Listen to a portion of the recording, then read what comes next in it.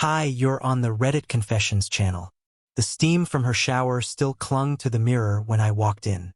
The ring was sitting right there, in the little ceramic dish where we usually keep safety pins and spare buttons. Her wedding ring, perfectly dry, like it hadn't been worn all week, like she planned it. There was no note, no lipstick-stained napkin, just her voice still echoing from 15 minutes earlier. Don't wait up, girls' weekend. You know how it is. But I didn't know. Not really. She used to tell me everything. How her day went, what her boss said, which of her friends were being petty. And now, I was lucky if she remembered to text me when she landed. The thing is, she hadn't even left yet when I found the ring. And something about the way it sat there, not hidden, not explained, made my throat close up. I didn't ask her about it. I didn't even follow her out. Instead, I just stood there, brushing my teeth like a fool, staring at the imprint her ring had left on the porcelain dish, because apparently that was the only trace of us she felt like taking on her trip. It's weird. You always imagine betrayal coming like a wrecking ball, screaming, slammed doors, tears, but sometimes it's a quiet departure. Sometimes it's a ring left on the counter. I spent the next hour sitting on the edge of the bed, wondering what kind of man agrees to be put on pause while his wife plays single with her friends. I wanted to believe she was just unwinding, that I was being paranoid, that I wasn't being replaced. But then I opened her tablet. I didn't mean to snoop. Honestly, I only picked it up because it kept pinging. I thought it might be her reminding me to feed the cat or water her succulents. It wasn't. The messages weren't from Olivia or her girls. They were from a guy named Dylan Snake. And no, I didn't name him that. She did. Their conversation was full of things I never got from her anymore. Flirty jabs, private jokes, late-night photos. I saw one message that hit harder than anything. Took it off already. Feels kind of freeing. Smiling face with horns. He replied, "Good girl. You're mine this weekend." Couldn't breathe. The world didn't spin, it stopped. I had officially become the background character in my own marriage. And what did I do? I made tea. I wrapped myself in a throw blanket she bought during our honeymoon. And I sat in the kitchen, staring at her untouched bowl of cereal like it could answer the one question burning through my brain. When did I stop being enough for her? But this time I wasn't going to cry. I wasn't going to beg. She left her ring behind. And now I was leaving something too. My mask. I didn't sleep that night. The house felt too quiet, too balanced. Like it noticed her absence before I did. Usually, I'd hear her voice from the bathroom, humming some indie song she liked, or the sound of her heels being kicked off in the hallway.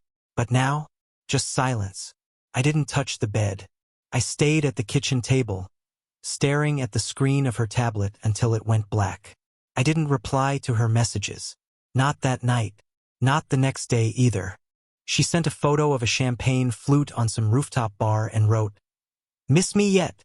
Then, "Everything okay?" Then, 6 hours later, "Daryl?" That last one had no emojis. I didn't answer. I didn't even open it. Because while she was sipping overpriced cocktails in a city she lied about, I was sitting here trying to decide whether I was pathetic for not calling her out or strategic for staying quiet. But here's the truth. I didn't want to explode. I wanted her to wonder. I wanted her to sit in that sleek hotel robe, glance at her phone, and ask herself, why hasn't he replied? And more than anything, I wanted to see if she'd lie to me twice. So I waited. Sunday night came. She returned home with a tote bag over her shoulder, sunglasses still on her head even though it was dark. I watched from the window as she got out of the Uber, smiling at her phone. Not texting me. Someone else. Probably him. When she walked in, she didn't see me at first. I was sitting in the living room, lights off, TV muted. She froze when she spotted me. Not startled, just surprised. Like she'd expected the house to be empty. Or maybe hoped it would be. "You're up," she said softly, setting her bag down by the door. "I am," I replied. My voice was calm. Too calm. The kind of calm that hides something ugly beneath it. She walked toward me slowly, unsure. "Did you have a good weekend?" I nodded. "You?" "Yeah. Lots of laughs. Good to see the girls again. I didn't blink. How was Miami? A pause. She glanced at her bag, then at me. Hot. Humid. You know how it is. I smiled, not kindly. Must have been. Vegas usually is. The silence that followed was deafening. She didn't ask what I meant. She didn't fake a laugh or try to play dumb. She just stood there, shoulders rising ever so slightly, eyes calculating. And then she did the most predictable thing in the world. She lied. Vegas? What are you talking about? I stood up slowly. You left your ring on the counter, Mallory. You left your truth on a locked tablet. And you left your husband behind like he wouldn't notice. Her face changed. Not guilt. Not fear. Annoyance. You went through my things? She said, voice rising, arms folding. I tilted my head. You gave me nothing but your things. That's all I had left. She turned away, muttering something about space, boundaries, needing freedom to figure things out. I didn't chase her down. I didn't argue. I just stepped aside and let her walk into the bedroom alone. Because what she didn't realize was, I had already started packing. Not bags. Evidence.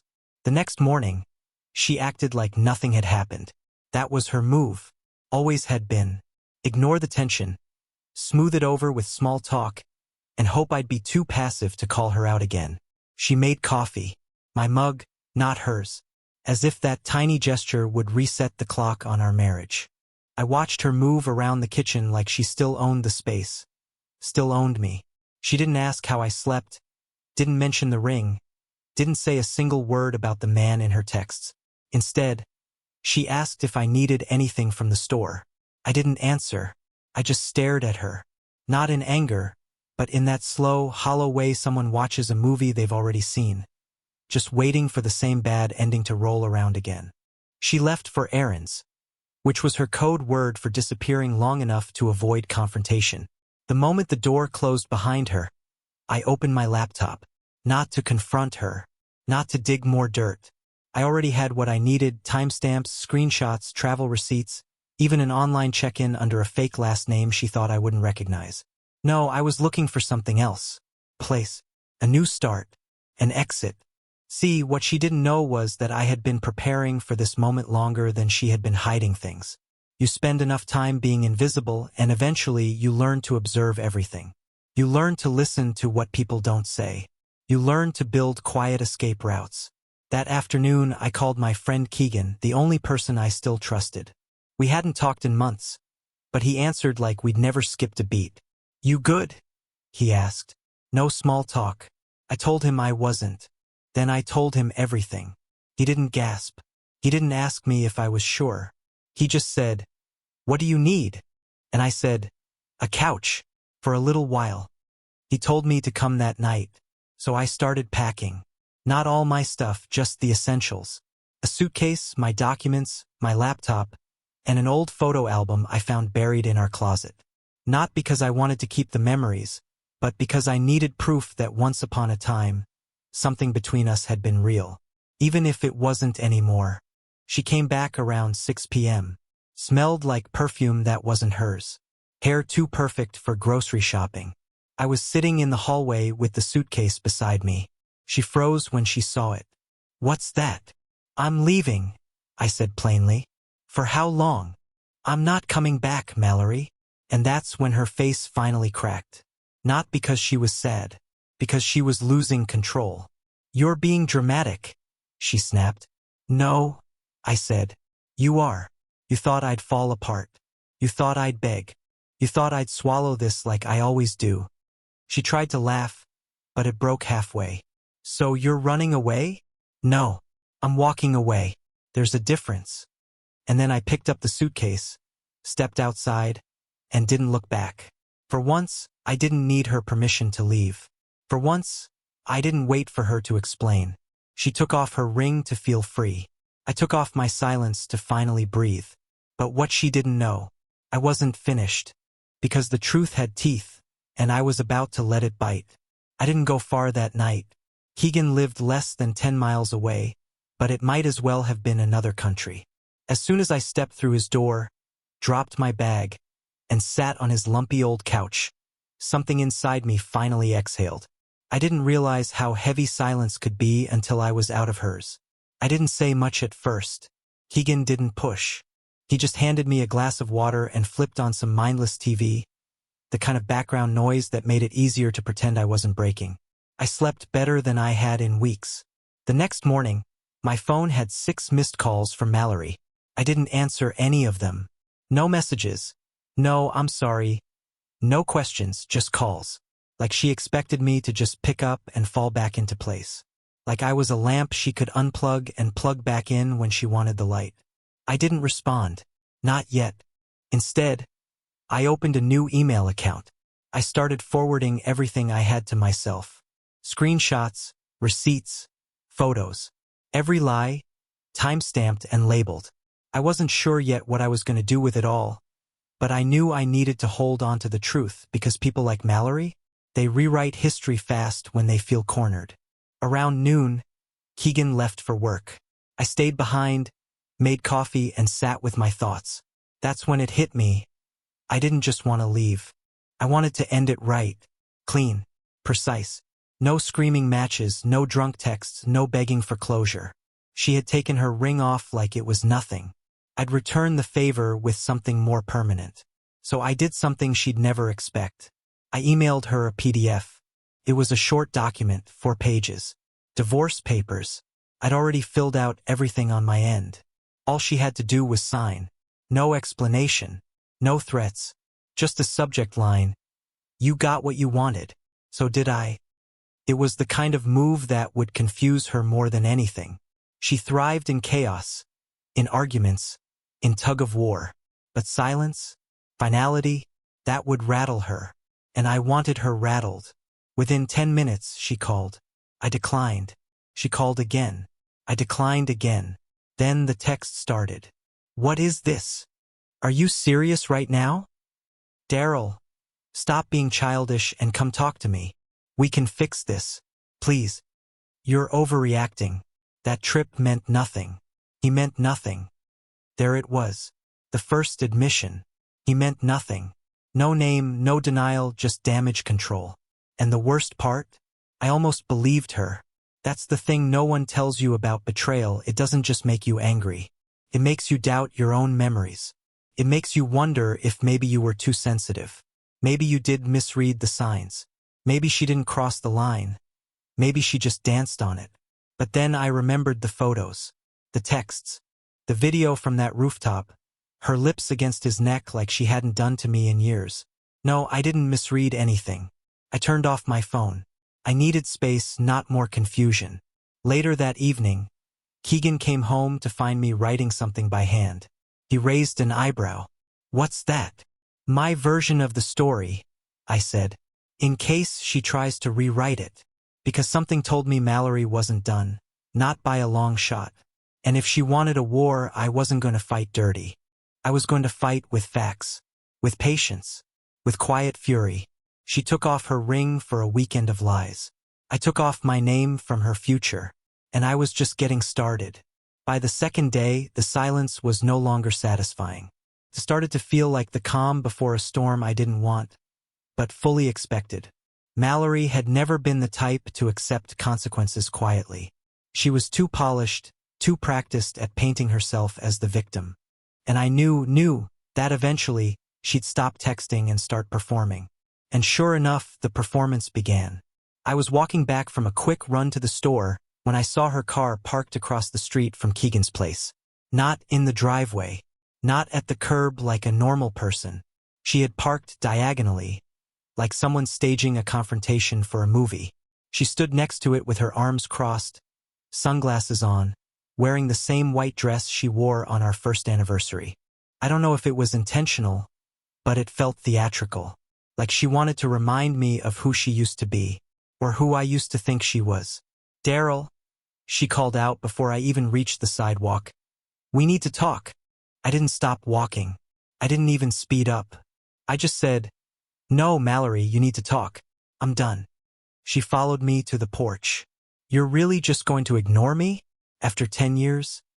I unlocked the door, stepped inside, and said over my shoulder, You ignored us first. Before I could close it, she slid her foot in. Bold move. But I didn't slam it on her. I'm not that guy. She stepped inside and looked around like she was suddenly stepping into a foreign world. I think it bothered her that someone else's furniture was holding me up now. That I didn't look broken or desperate. She cut to the chase. So what? You just mail me divorce papers and ghost me like I'm nothing? I didn't even offer her a seat. You treated our marriage like it was nothing. I'm just giving you the same energy. Her face cracked for the first time. Not in guilt, in offense. Like she genuinely believed she hadn't done anything that wrong. It was a weekend, Daryl. I got caught up. It wasn't serious. I raised an eyebrow. You booked a trip under a fake name. Hid the destination. Lied about your friends being there. Left your ring behind on purpose. And you're calling that not serious. She flinched but recovered fast. You were distant. You haven't touched me in months. What was I supposed to do? Feel invisible forever? That one hit, because it wasn't entirely false. I had grown distant. I'd been walking on eggshells around her. Too scared to ask why everything between us felt so off. But distance isn't betrayal. Distance is something you fix. Cheating is a choice. You were supposed to talk to me, I said quietly. But you chose to lie instead. So now I'm choosing to leave. She sighed, dropped her purse on the floor like she owned the place. I messed up, okay? But we can fix this. We can go to therapy or counseling or something. I walked over, picked up her purse, and handed it back to her. I already did my therapy, Mallory. It was called being married to you for the last 3 years. Her jaw dropped. For a second, I thought she might cry. But no tears came. Just silence. That dangerous kind. The kind where you know the next move won't be emotional, it'll be strategic. And I was right. An hour later, I got a message from a mutual friend. Apparently, Mallory had already started telling people I was having some sort of breakdown, that I'd walked out without warning, that I was struggling mentally and needed space. Not that she had cheated. Not that she lied. Just poor Daryl unraveling for no reason at all. I knew it. I knew she'd try to bend the story before it hit the ground. But this time I was ready. I logged into a shared drive she forgot I had access to. A folder she once used to dump our vacation photos and apparently other things. That folder now held a treasure trove of evidence. Confirmations. Bookings. Messages she accidentally backed up from her old phone. Everything I needed. All of it backed up twice, saved to an encrypted folder and timestamped. She wanted a performance? Fine. But this wasn't going to be her script anymore. By Monday morning, the smear campaign was in full swing. I started getting awkward texts from friends we hadn't spoken to in months. Not questions, not even support. Just that vague, passive tone that people use when they've already picked a side and are fishing for confirmation. Hey man, heard you're going through it. If you need to talk, just wanted to check in. Mallory said you've been off lately. Hope you're okay. One of them had the audacity to say, relationships are hard, man. Forgiveness is part of it. I wanted to scream, but I didn't, because that's what Mallory was counting on. For me to break down, lash out, look unstable. Instead, I took screenshots. Every message. Every half-truth she slipped to mutuals. She was painting herself as the abandoned wife, blindsided by a husband who just snapped. I wasn't shocked. I was prepared. I didn't reply to the texts, but I did message one person. Tanya. She was Mallory's oldest friend. Maid of honor at our wedding. She distanced herself from Mallory over the last couple of years. Something about not recognizing her anymore. I'd always liked Tanya because she didn't pretend. And when I sent her a message asking if we could talk, she responded instantly. We met for coffee the next day. She didn't ask for small talk. You're divorcing her, she said bluntly, taking a sip of her latte. She told everyone you were having a breakdown. I didn't buy it. I nodded. She's lying. I figured. She lies a lot now. More than she used to. I pulled out my phone and placed it on the table. I have proof. About the affair. About Vegas. About everything. Tanya didn't even blink. You don't have to show me. I believe you, but you might want to show Olivia. That stopped me. Olivia? Her friend from the trip? Tanya leaned in. That girls' weekend wasn't Olivia's idea. Mallory used her name to make it sound real. Olivia was in Denver with her sister. She was pissed when she found out. The rage that lit up inside me burned cleaner than anything else had in days. So Mallory not only cheated, she dragged her innocent friends into her cover story, framed them to protect herself. That wasn't just deception. That was cruelty. I took a breath. Do you think Olivia would talk to me? She's been waiting for you to reach out. That night, I met Olivia in a quiet corner booth at a bar she picked. She looked exhausted. Not at me, at the situation. I'm sorry, she said before I even sat down. I had no idea she was using my name. I swear, I found out through Instagram.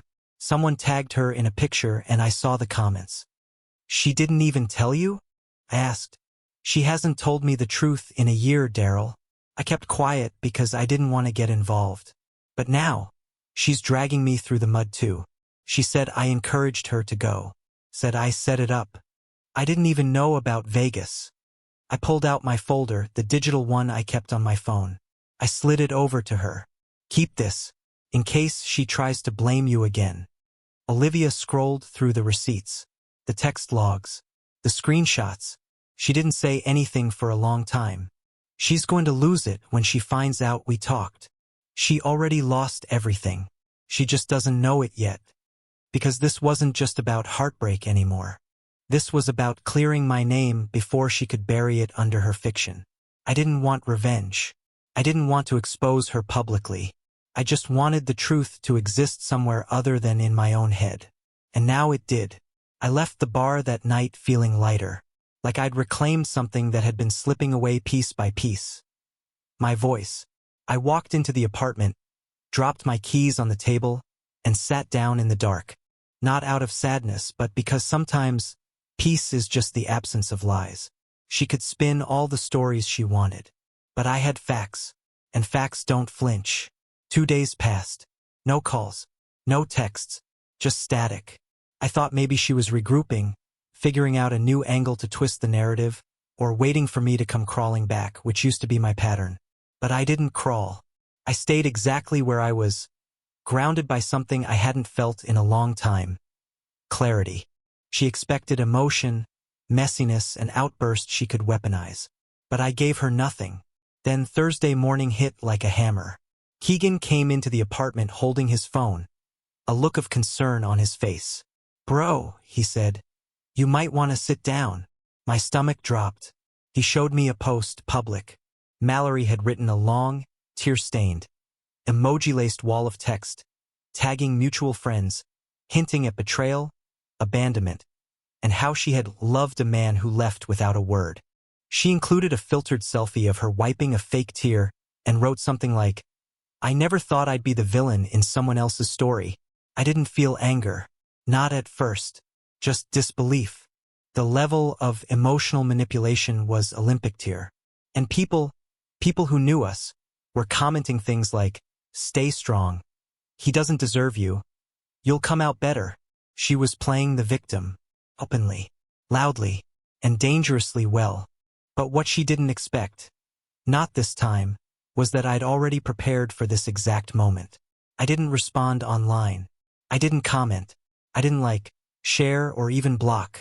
I just sent one message to a private group of friends we both shared. 6 people. People she was hoping would take her side. I didn't rant. I didn't vent. I sent a link. It was password protected. Inside was a calm, organized folder of screenshots, dates, booking confirmations, tag locations, and one short video. A moment she'd clearly forgotten someone else had captured at that rooftop bar in Vegas. It was just a few seconds, but it was enough. Her lips on someone else's neck, laughing in a way she hadn't laughed with me in years. And then I wrote one line. I'm not asking you to pick sides, just to know the truth. I hit send. An hour later, my phone started lighting up, but not with sympathy. With apologies. Quiet ones. From people who realized they'd been lied to. From people who saw through the mascara and melodrama. The tide shifted fast, and I didn't celebrate it. I just breathed. And then, the inevitable happened. She showed up at Keegan's door again. This time, no sunglasses, no lipstick, just panic. She didn't even knock. She pounded. "Open the door, Daryl. We need to talk. You're making me look like a monster." Keegan opened it halfway and stepped out. "You made yourself look like that," he said. "Daryl didn't post anything. All he did was stop lying for you." She looked at me behind him. Her eyes were wild, not with sadness, with fear. Fear that the story she tried so hard to control was slipping like sand through her fingers. "You said you wouldn't go public." "I didn't," I said, voice flat. "I just refused to stay silent." She stepped forward like she was about to say something else. Some grand justification, some tearful monologue, but Keegan shut the door. I didn't feel triumphant. I felt free. And that freedom came not from revenge, but from finally knowing I didn't need to carry her version of our story anymore. I sat back down, opened my laptop, and deleted every file I had on her. Not because I didn't need them anymore, but because she no longer held that power over me. Let her twist. Let her scream into the void. Let her try to salvage whatever reputation she built on polished lies and fake vulnerability. I didn't need to destroy her. I just needed to be done. And I was. A week later, I was standing in line at the post office when it hit me. This was the first time in years I felt light. Not numb. Not distracted. Just free. The final documents were in the envelope under my arm, signed, sealed, and ready to be mailed. No drama. No begging. Just closure, the kind she never expected me to find without her. Mallory had gone silent since the last confrontation. I think she finally realized the audience wasn't clapping anymore. The performance had ended, and the curtain wasn't going back up. I didn't check her social media again. Didn't read any messages beyond the ones that mattered. I spent my days working, walking more, cooking for myself instead of two, and relearning what silence sounded like when it wasn't laced with tension. One night, I got a message from Olivia. Just a photo. A new place she was moving into, bright windows and open space. "Fresh starts are underrated," she wrote. She was right. I moved out of Keegan's a few days later and into a quiet one-bedroom across town. Small kitchen, squeaky floors, but it was mine. I bought a used couch, a coffee maker I actually liked, and hung up a framed photo from a hiking trip I took alone years ago, before everything got complicated, before I forgot who I was. And then, something strange happened. I started smiling without thinking. I don't hate Mallory. I don't wish her pain. I just hope she finds whatever it is she was always looking for in people who weren't me. Maybe someday she'll understand what she threw away. Maybe not. That's not my story anymore. Mine is simpler now. Quiet mornings. Honest friendships. Peace. Not because everything worked out perfectly, but because I finally stopped trying to fix what was never mine to hold alone. If there's one thing I've learned, it's this: you can love someone and still choose yourself. And that doesn't make you the villain. It makes you free. Thank you for following this journey. If you've ever had to let go of someone who didn't value your silence until it was permanent, drop your story in the comments. What moment from this story stuck with you the most? Don't forget to like, subscribe, and stay tuned, because this is Reddit Confessions, where truth always finds its way to the surface.